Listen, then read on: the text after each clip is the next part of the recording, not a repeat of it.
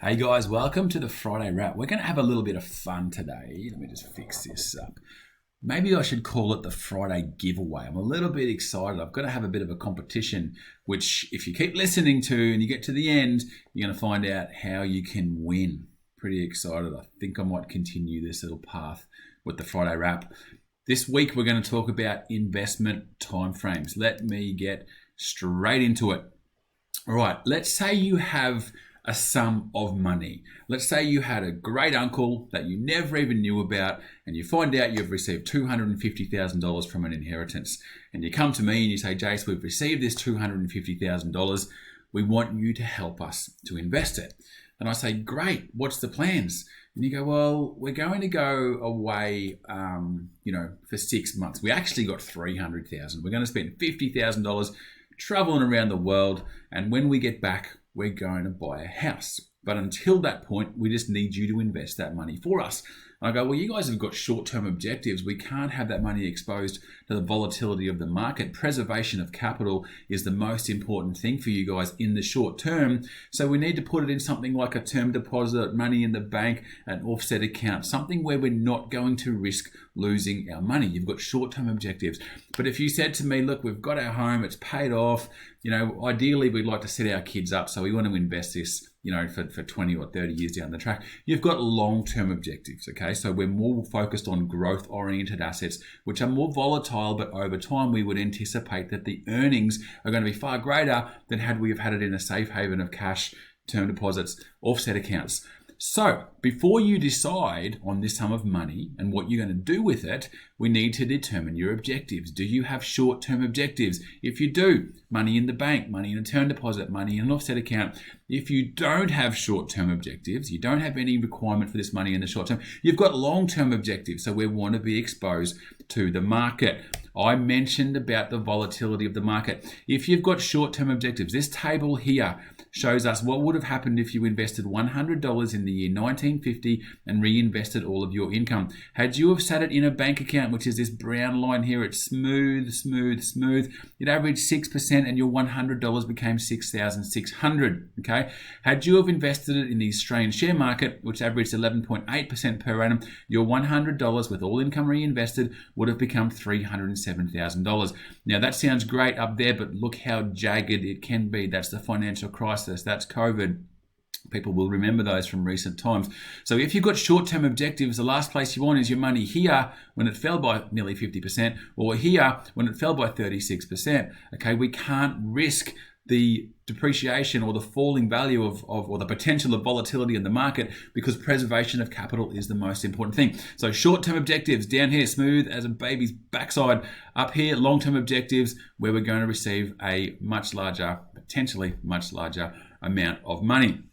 Now, what I want to talk about is if you did expose your money to a volatile market, if you've got short-term objectives, what it takes to get that money back, okay? So let's have a look at a couple of examples. Let's say, for example, you had an investment that dropped by 20%. So if it fell by 20%, then it needs to go back up by 20% to get our money back. Not the case. Let's say $100,000 drops by 20% 1 year and grows by 20% the first year. 100,000 minus the 20% fall, 20,000 is $80,000. If it goes up the next year, we're starting at $80,000. By the 20%, it's only gone up to $96,000. 20% of $80,000 is $16,000. Okay, so we don't need to go up by 20%. We actually need to go up by 25%. 100,000 minus 20 is 80. We need that 80 to grow by 25 to get back to where we were. And this is why we're talking about short-term objectives, because what you lose, you need to do better to get back to where you started from. You don't want to be exposed to the volatility if you've got short-term objectives. What if our money fell by 50%? Okay, let's say if we had our $100,000 and it dropped by 50% and it grew by 50% the first year or the second year. 100,000 minus the 50% return, $50,000. If that 50,000 grows by 50%, 50% of 50,000 is $25,000. We've only got ourselves back to 75,000. We actually need a 100% increase on our money to get ourselves back to where we were. Okay, so I'll go quickly back to this page here.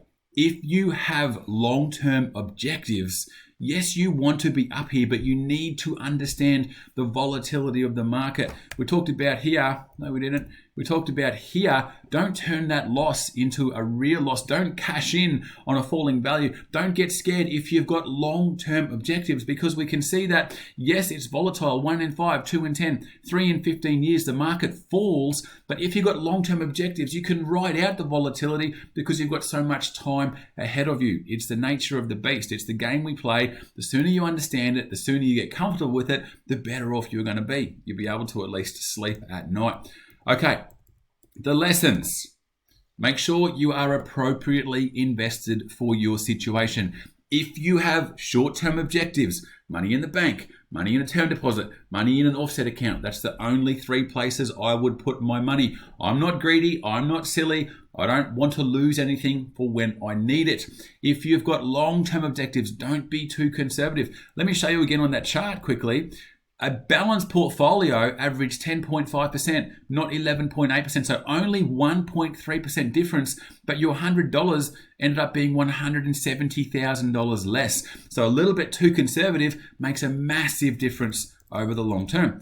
All right, what else have we got here?